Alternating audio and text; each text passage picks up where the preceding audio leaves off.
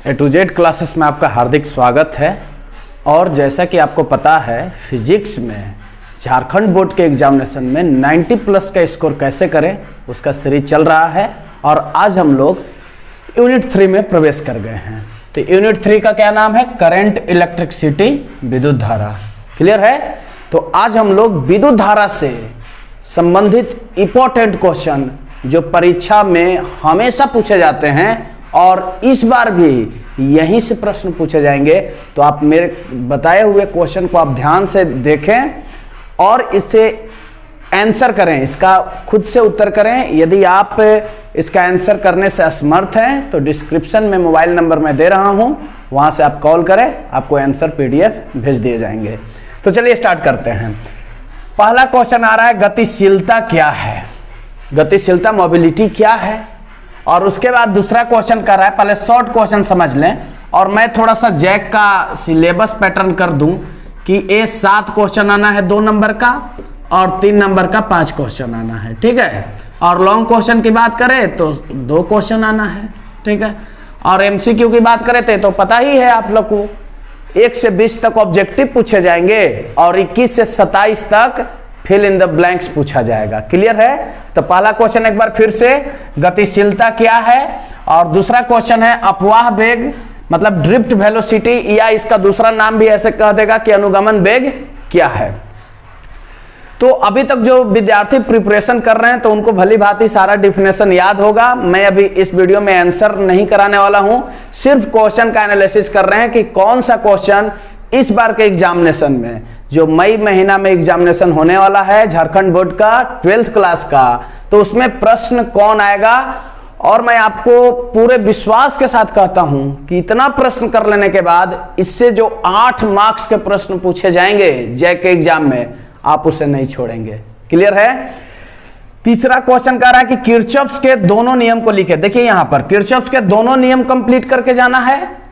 पहला नियम जैसे संधि नियम भी पूछ सकता है, क्लियर है, केसीएल पूछ सकता है, और दूसरा लूप नियम भी पूछ सकता है, दूसरा नियम केवीएल। क्लियर है? तो किरचॉफ के दोनों नियम को आप कंप्लीट करके जाएंगे एग्जाम में। उसके बाद चौथा क्वेश्चन है, सेल का आंतरिक प्रतिरोध क्या है, इंटरनल रेजिस्टेंस क्या है, या हो सकता है इसकी इकाई भी लिखने के लिए आ जाए, तो आप इकाई तो वही होता है जो रेजिस्टेंस का होता है।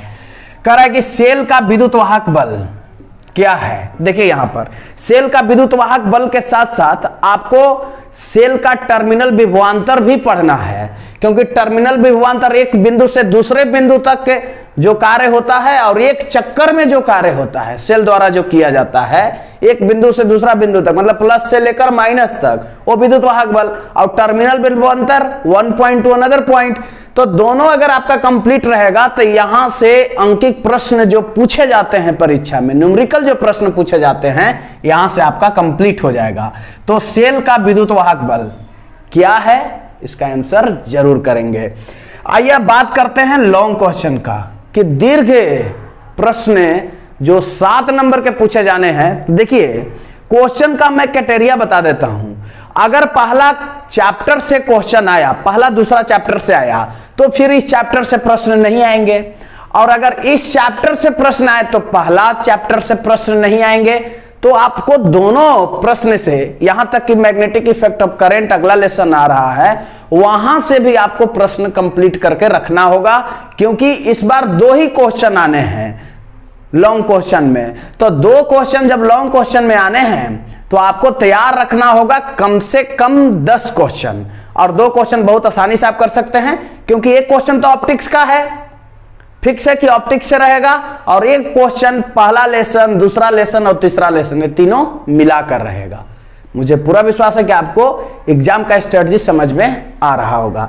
तो आइए बात करते हैं सेलों का समूहन। अब सेलों का समूहन में समांतर क्रम पढ़ना है और श्रेणी क्रम, इसको कंप्लीट करके जाइए।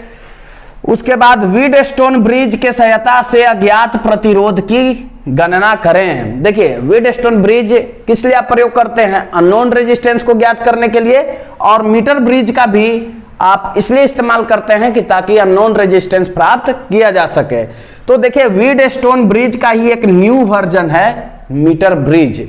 तो इस बार एग्जामिनेशन के लिए वीडस्टोन और मीटर ब्रिज काफी ही महत्वपूर्ण है, क्योंकि विभव मापी इस बार के लिए नहीं पढ़ना है, नए सिलेबस के अनुसार पोटेंशियोमीटर नहीं पढ़ना है, तो बहुत ही इंपॉर्टेंट प्रश्न हो जाते हैं। अगर शॉर्ट क्वेश्चन की बात करें कि जैसे 7 नंबर के जो प्रश्न है, हो सकता है कि उसमें 2 प्रश्न रहे, जैसा जैक मॉडल सेट कह रहा है, एक 4 नंबर के रहे और दूसरा 3 नंबर, तो फिर यह भी प्रश्न पूछा जा सकता है कि विद्युत धारा और अनुगमन वेग में संबंध स्थापित करें। तो ये रहा हमारा शॉर्ट क्वेश्चन और long question unit 3 current electricity से।